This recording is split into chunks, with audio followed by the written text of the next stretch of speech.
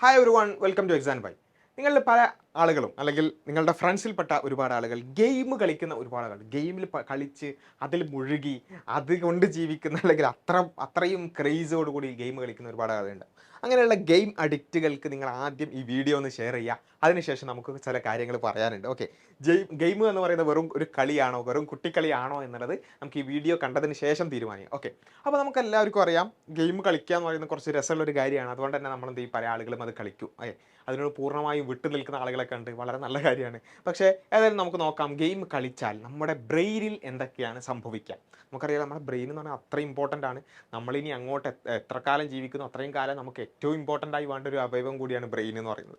ആ ബ്രെയിനിൽ എന്തൊക്കെയാണ് നമ്മൾ ഗെയിം കളിക്കുന്നത് കൊണ്ട്, അത് തന്നെ പ്രത്യേകിച്ചും ഒരുപാട് നേരം ഗെയിം കളിക്കുന്നത് കൊണ്ട് എന്തൊക്കെയാണ് സംഭവിക്കുക എന്നുള്ളതാണ് നമുക്ക് നോക്കാൻ പോകുന്നത്. ഓക്കെ, ഒന്നാമത്തേതായിക്കൊണ്ട് എന്താണ് ബ്രെയിൻ ഡെവലപ്മെൻറ്റ്. നമ്മുടെ ബ്രെയിന് ഇങ്ങനെ ഡെവലപ്പ് ചെയ്ത് വരണം അല്ലേ, ബ്രെയിൻ ഡെവലപ്പ് ചെയ്ത് വരും. ആ ബ്രെയിൻ ഡെവലപ്മെൻറ്റിനെ പ്രത്യേകിച്ചും ചെറിയ പ്രായത്തിൽ ഗെയിം കളിക്കുന്നത് കൊണ്ട് എന്തൊക്കെയാണ് അതുകൊണ്ട് സംഭവിക്കുക.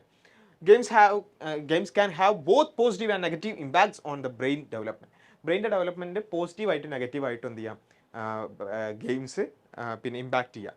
എങ്ങനെയാണ് പോസിറ്റീവായി ഇമ്പാക്റ്റ് ചെയ്യുക നമുക്കറിയാം. പിന്നെ പലതരത്തിലുള്ള സ്റ്റഡി ഗെയിംസ്, എഡ്യൂക്കേഷണൽ ഗെയിംസ് ഒക്കെ നമ്മൾ കാണാം. സോൾവിങ്, പസിൽ സോൾവിങ്, അതുപോലെ തന്നെ സുഡോക്കു, അങ്ങനെ ഇങ്ങനെ എന്നൊക്കെ പറഞ്ഞിട്ടുള്ള പലതരത്തിലുള്ള ഗെയിംസ് ഇല്ല. അപ്പോൾ എഡ്യൂക്കേഷണൽ ഗെയിംസ് കളിക്കുമ്പോൾ നമുക്ക് സ്വാഭാവികമായിട്ടും നമ്മുടെ ബ്രെയിൻ ആ നിലക്ക് വർക്ക് ചെയ്ത് അത് ഡെവലപ്പ് ചെയ്യാൻ സഹായിക്കും. പക്ഷേ അതേ സമയത്ത് അതല്ലാത്ത പലതരത്തിലുള്ള ഫൈറ്റിങ്ങും മറ്റു കാര്യങ്ങളൊക്കെ ഉള്ള ബ്രെയിന് ആ നിലക്ക് ഒരു പ്രോബ്ലം സോൾവിംഗ് ഒന്നും ഇല്ലാത്ത തരത്തിലുള്ള അത്തരത്തിലുള്ള ഗെയിംസ് നമ്മുടെ ബ്രെയിനിൻ്റെ ഡെവലപ്മെൻറ്റിനെ നെഗറ്റീവായി ബാധിക്കുമെന്നുള്ളത് നമ്മൾ മനസ്സിലാക്കണം. രണ്ടാമത്തെ കാര്യം, ഇമ്പാക്റ്റ് ഓൺ കോൺസെൻട്രേഷൻ. നമുക്ക് കോൺസെൻട്രേറ്റ് ചെയ്യാൻ കഴിയുന്ന ആ ഒരു സമയത്തിൽ excessive gaming might contribute to the short attention spans. എന്ന് വെച്ചാൽ അറ്റൻഷൻ സ്പാൻ എന്താണെന്ന് അറിയാം. അതായത് ഇപ്പം നിങ്ങൾ ഇത്രയും നേരം വീഡിയോ കണ്ടില്ലേ, 1-2 മിനിറ്റ് ആയില്ലേ. അപ്പോൾ ആ 1-2 മിനിറ്റ് കഴിയുമ്പോഴത്തേക്ക് ഇത് എന്നെ കൊണ്ട് പറ്റൂല, അടുത്ത വീഡിയോ എടുക്കുക എന്ന് പറയുന്ന ആൾക്കാരുണ്ടാവും അല്ലേ. അല്ലെങ്കിൽ സ്കൂളിൽ ക്ലാസ്സിലിരിക്കുമ്പോൾ ടീച്ചർ ഒരു 5 മിനിറ്റ് ക്ലാസ് എടുക്കുമ്പോഴത്തേക്ക് മതിയായി എന്ന് തോന്നുന്നുണ്ടോ. അങ്ങനെയൊക്കെയുള്ള അവസരം എന്ന് വെച്ചാൽ നമുക്ക് ഒരേ കാര്യത്തിൽ കുറേ സമയം കോൺസെൻട്രേറ്റ് ചെയ്തിരിക്കാൻ പറ്റില്ല. പെട്ടെന്ന് നമ്മുടെ അറ്റൻഷൻ മാറിപ്പോകും. അല്ലെങ്കിൽ വേറെ ചില ആൾക്കാർ അങ്ങനെ ആവുന്നൊന്നും പറയില്ല. പക്ഷേ ടീച്ചർ ഇങ്ങനെ ക്ലാസ് എടുക്കും, ഒന്നാമത്തെ കാര്യങ്ങളൊക്കെ ഇങ്ങനെ കേട്ടു, ശരി, ഓക്കെ, രണ്ടാമത്തെ ബ്ലാങ്ക് ആയിട്ടുണ്ടാവും. എന്ന് വെച്ചാൽ അവർക്ക് പെട്ടെന്ന് തന്നെ എന്ത് ചെയ്യും, അത് മിസ്സായിപ്പോവും. കാര്യങ്ങളിങ്ങനെ പറയുന്നുണ്ടാവും, കേൾക്കുന്നുണ്ടാവും, പക്ഷെ ഒന്നും ഓർമ്മയിൽ ഉണ്ടാവില്ല, അല്ലെങ്കിൽ അറ്റൻഷൻ കൊടുക്കാൻ പറ്റുന്നുണ്ടാവില്ല. പെട്ടെന്ന് അറ്റൻഷൻ മിസ്സായി പോകുന്ന ഒരു അവസ്ഥ. അതിനാണ് അറ്റൻഷൻ സ്പാൻ എന്ന്. അപ്പോൾ അറ്റൻഷൻ സ്പാൻ വളരെ കുറവായിരിക്കും. സാധാരണ മനുഷ്യന്മാർക്കൊക്കെ ഒരു 40 മിനിറ്റ് വരെയൊക്കെ ഒരു കാര്യം ശ്രദ്ധിക്കാൻ പറ്റും. പക്ഷേ ഇപ്പം അതിങ്ങനെ കുറഞ്ഞ് 20 മിനിറ്റ് എന്നൊക്കെ പറഞ്ഞ് പിന്നെ ഇങ്ങനെ കുറഞ്ഞ് വളരെ ചെറിയ, ഇപ്പോൾ നമ്മൾ ഇൻസ്റ്റഗ്രാമിലൊക്കെ റീല് കളിക്കുമ്പോൾ കാണുന്നില്ലേ, റീൽ ഇങ്ങനെ നോക്കുമ്പോൾ 1 മിനിറ്റൊക്കെയാണ് നമുക്ക് കാണാൻ പറ്റുന്നത്, അതിൻ്റെ അപ്പുറത്തേക്ക് നമുക്ക് കാണാൻ പറ്റുന്നില്ല. അപ്പോൾ അത്രയും അറ്റൻഷൻ സ്പാൻ കുറയാണ്. അറ്റൻഷൻ സ്പാൻ കുറഞ്ഞാൽ എന്താ പ്രശ്നം, നമുക്ക് പഠിക്കാൻ പറ്റില്ല, വായിക്കാൻ പറ്റില്ല. കാര്യങ്ങൾ പഠിക്കാനും വായിക്കാനുള്ള കഴിവ് നമുക്ക് നഷ്ടപ്പെട്ടു, നമ്മുടെ ജീവിതം തന്നെ തകർന്നു പോകും അല്ലേ. And reduced ability to focus on task. ഓരോ ടാസ്കുകളിൽ ഫോക്കസ് ചെയ്യാനുള്ള അബിലിറ്റി നഷ്ടപ്പെട്ടു പോകും. അപ്പോൾ നമ്മളൊരു കാര്യം ഏൽപ്പിച്ചാൽ നമ്മൾ ചെയ്യണ്ടേ. നമുക്ക് ജോലിയെല്ലാം കിട്ടിയാൽ നമുക്കത് ചെയ്യാൻ പറ്റണ്ടേ. അപ്പോൾ അത് ചെയ്യാൻ പറ്റാത്തൊരവസ്ഥ ഉണ്ടാവും. അപ്പോൾ ആ ടാസ്കുകളിൽ ഫോക്കസ് ചെയ്യാനുള്ള കഴിവ് നമുക്ക് നഷ്ടപ്പെട്ടു പോകും. അപ്പോൾ പിന്നെ ബ്രേക്സ് എടുക്കുക, അതുപോലെ തന്നെ മറ്റ് ആക്ടിവിറ്റികളിലേക്കൊക്കെ നമുക്ക് ഗെയിമിൽ നിന്നും ബ്രേക്ക് എടുത്തുകൊണ്ട് മറ്റ് ആക്ടിവിറ്റീസിലേക്കൊക്കെ നമ്മൾ പോകുക എന്നുള്ളതാണ് അതിൽ ചെയ്യാനുള്ളത്. പിന്നെ ഉള്ളത് സ്ലീപ്പ് പാറ്റേൺ ആണ്. ഗെയിം കൊണ്ട് ഏറ്റവും പ്രധാനമായിട്ടും നമുക്ക് പ്രശ്നം പറ്റുന്ന മറ്റൊരു ഭാഗമാണ് സ്ലീപ്പ് പാറ്റേൺ എന്ന്. നമുക്കറിയാം, നമ്മളൊരു യന്ത്രം പോലെ ഇങ്ങനെ പ്രവർത്തിച്ചുകൊണ്ടിരിക്കുകയാണ് അല്ലേ.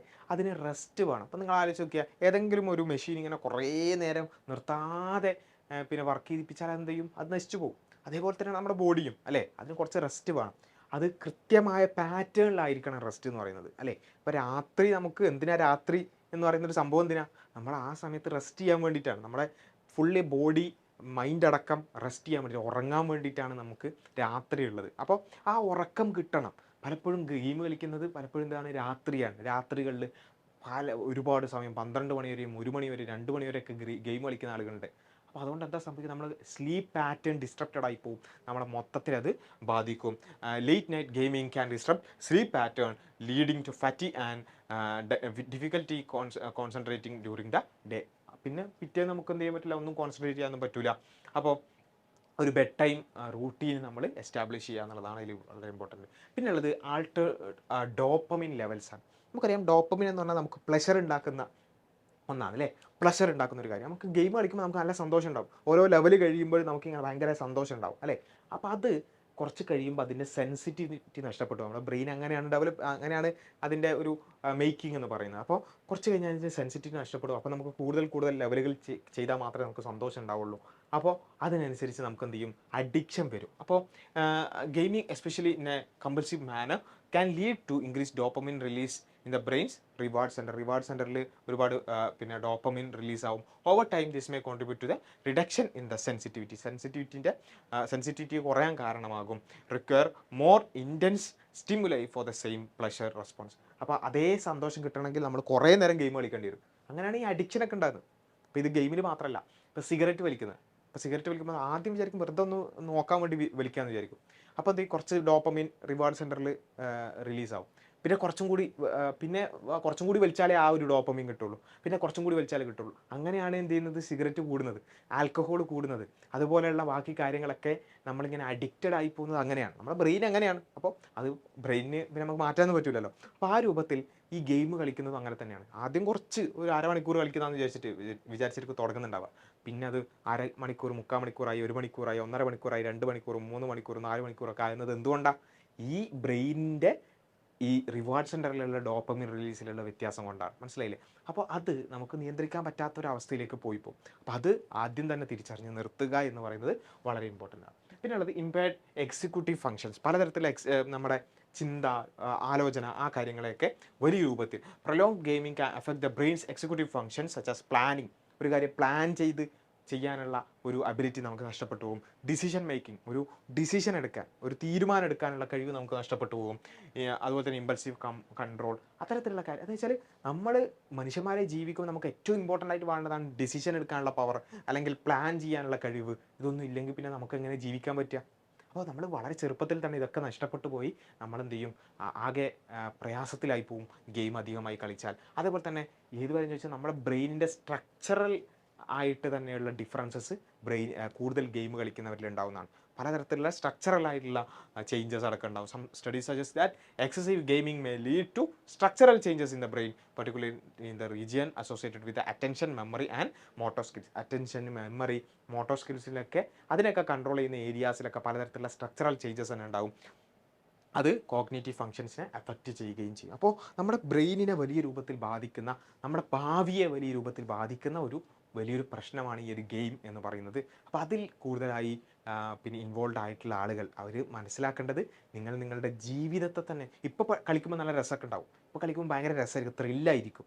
പക്ഷേ അത് കുറച്ച് കഴിയുമ്പോൾ എന്ത് ചെയ്യും, നമ്മുടെ തന്നെ എല്ലാ നിലക്കുള്ള കഴിവുകളെയും നഷ്ടപ്പെടുത്തി, നമ്മുടെ പിന്നെ ശരീരത്തെ തളർത്തി, നമ്മുടെ ബ്രെയിനിനെ ഇല്ലാതാക്കി, ബ്രെയിനിൻ്റെ എല്ലാ കഴിവിനെയും നഷ്ടപ്പെട്ട് കുറച്ച് കഴിയുമ്പോൾ ഒരു അഡൽട്ട്ഹുഡൊക്കെ ആ ഒരു സമയത്തേക്കൊക്കെ എത്തുമ്പോൾ നമുക്ക് ഒന്നിനും പറ്റാത്തായി പോകും അല്ലേ. അപ്പോൾ ആ ഒരു അവസ്ഥ ഒന്ന് ആലോചിച്ച് നോക്കുക. ഒന്നിനും പറ്റാത്തൊരു ജീവിതം എന്നൊക്കെ പറയുന്നത്, കൃത്യമായ ബുദ്ധിയില്ലാത്ത, ബോധമില്ലാത്ത ഒരു അവസ്ഥ എന്ന് പറയുന്നത് എന്തൊരു അവസ്ഥയായിരിക്കും അത്.